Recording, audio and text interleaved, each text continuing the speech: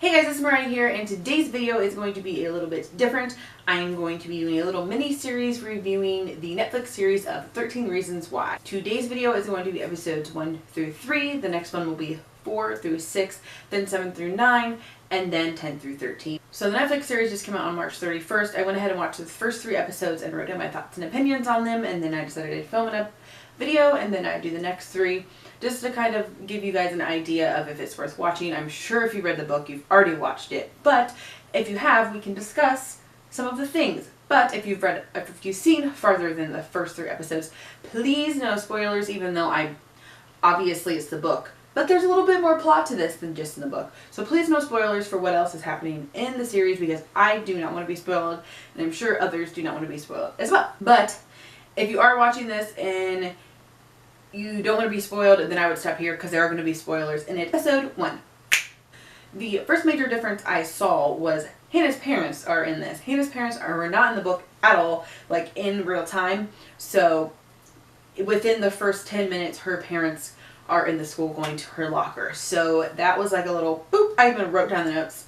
Her parents are here. That's weird. That's different. And then the next thing I noticed, and that's just because I've read the book, is that when Clay sees Tyler in the bathroom taking the pictures, he doesn't say anything to him. He's like, "What are you doing?" And he just goes on. Justin comes in after him, and Justin's like, "Dude, what are you doing? Get down."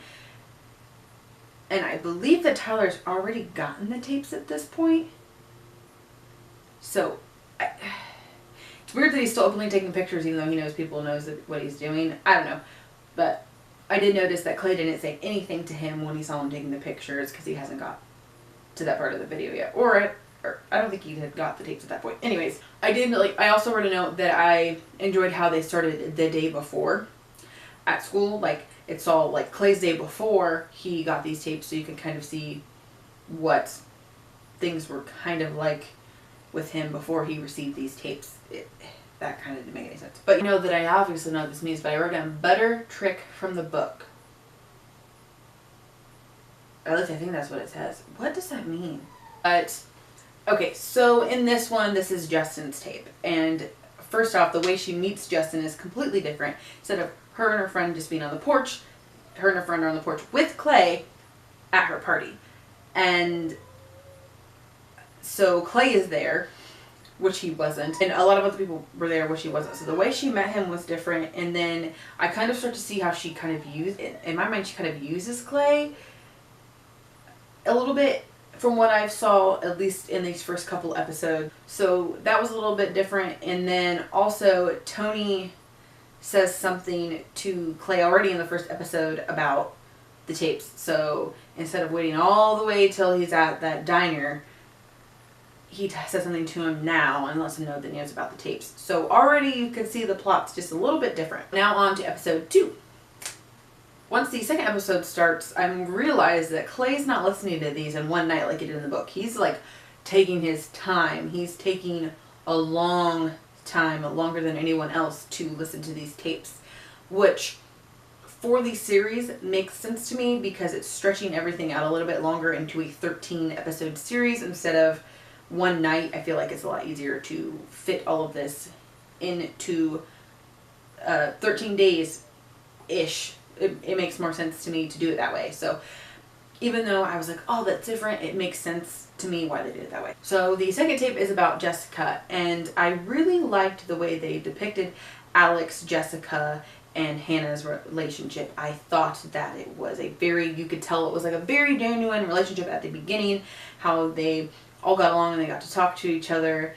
And instead of saying the Ollie auction free when they put their hands in the middle, they said FML instead, which I think kind of fits with like this day and age in high school, saying FML instead of Ollie auction free, because I did think that was kind of juvenile for people in high school anyways. So I feel like the FML just kind of worked perfect. And then kind of the more aspects that I cut, like episode movie quality aspects that I saw that when I was in the episode that I recognized was that like the lighting is different when they go from the past to the present.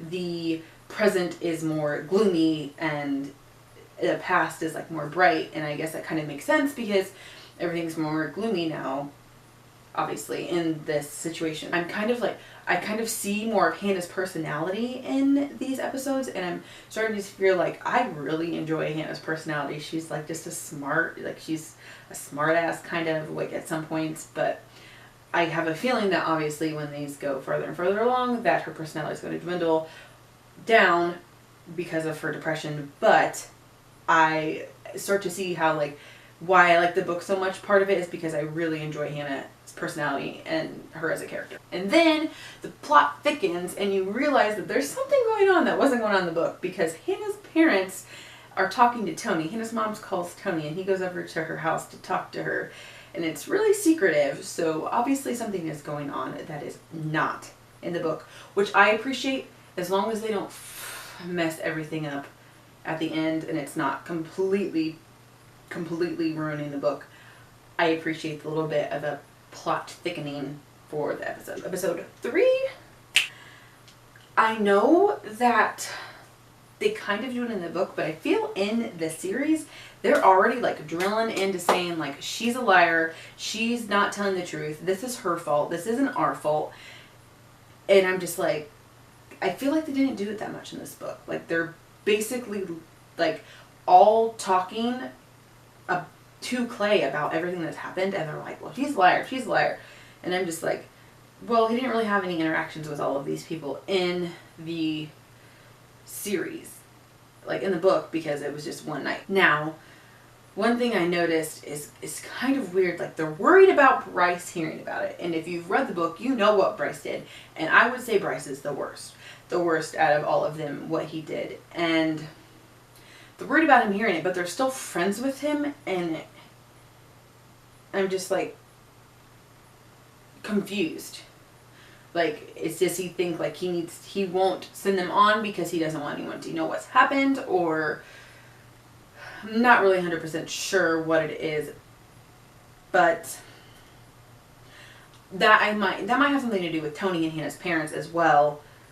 But they're worried about Bryce finding it, but they're still friends with him, which I just can't fathom why. That's something that I have to feel like has to do with the additional plot. And then this tape obviously follows Alex, which is kind of just the same thing as Jessica. He made that hot or not list, and she had the best ass in the class. And he has a conversation with Clay kind of admitting that what he did was wrong, and he did it out to spite Jessica, and that Hannah was actually right, even though he said she is a liar, which contradicts himself completely. But you don't really get much of the tape in this episode, I feel like, because you already got the gist of it from the last episode, if that makes sense. But going along with the Bryce thing and kind of the Tyler thing that I mentioned in the first episode, it kind of gives you signs of who else is going to be on the tapes